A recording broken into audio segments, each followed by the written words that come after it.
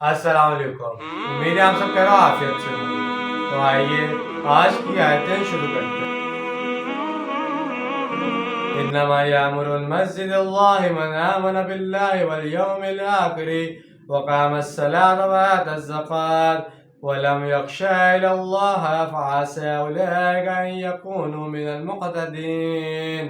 یقینا اللہ کی مسجدوں کو تو وہ لوگ آباد کرتے ہیں جو ایمان لائیں اللہ پر اور یوم آخرت پر، نماز قائم کریں، زکوٰۃ ادا کریں اور نہ ڈریں کسی سے سوائے اللہ کے، تو امید ہے کہ یہی لوگ راہ یاب ہوں گے۔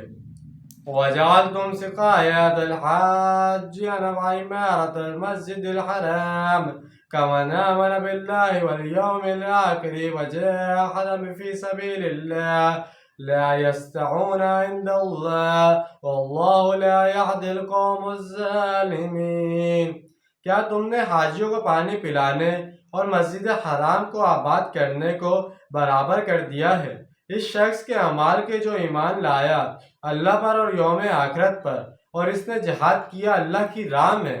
یہ برابر نہیں ہو سکتے اللہ کے نزدیک، اور اللہ ایسے ظالموں کو ہدایت نہیں دیتا۔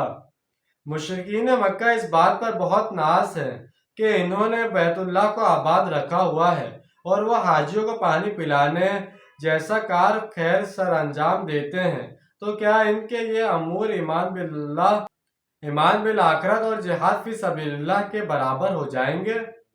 الذین آمنوا وحاجروا وجاہدوا فی سبیل اللہ باموالہم وانفسہم واعظموا درجات عند اللہ واولئک هم الفائزون۔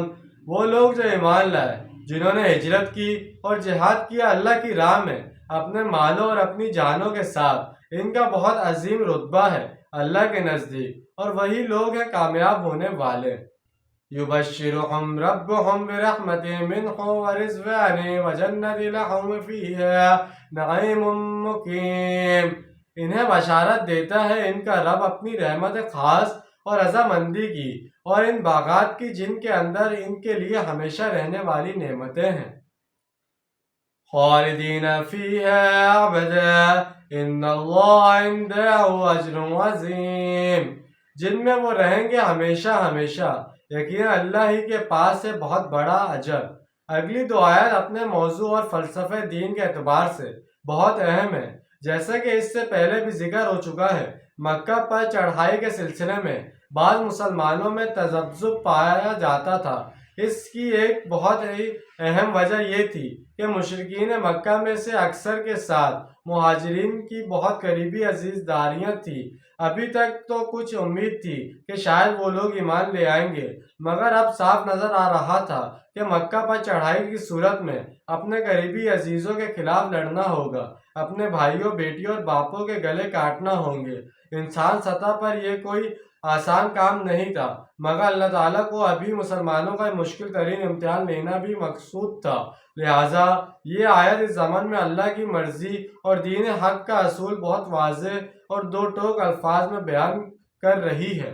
یا ایھا الذین آمنوا لا تتخذوا بآبائکم وإخوانكم أولياء إن استحبوا الكفر على الإيمان ومن يتولهم منكم فأولئك هم الظالمون۔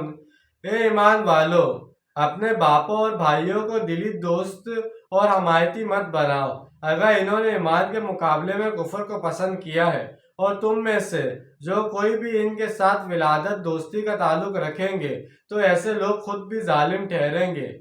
اگر اب بھی تمہارے دلوں میں اپنے کافر اقربا کے لیے محبت موجود ہے تو اس کا مطلب یہ ہے کہ پھر ایمان کے ساتھ تمہارا رشتہ مضبوط نہیں ہے۔ اللہ اس کے دین اور توحید کے لیے تمہارے جذبات میں غیرت و حمیت نہیں ہے۔ اب وہ آیت آ رہی ہے جو اس موضوع پر قرآن کریم کی اہم ترین آیت ہے۔ تو جیسے کہ ہم نے چند آیتوں کا ترجمہ اور تفصیل بیان کی ہے، امید ہے آپ کو سمجھ میں آئے گا اور پسند آئے گا۔ ملتے ہیں اگلی ویڈیو پر، ڈھیر سارا خیال رکھیے گا، اپنے اور زیادہ دوسروں کا خیال رکھیے گا۔ جب تک کے لیے اللہ حافظ، فی امان اللہ۔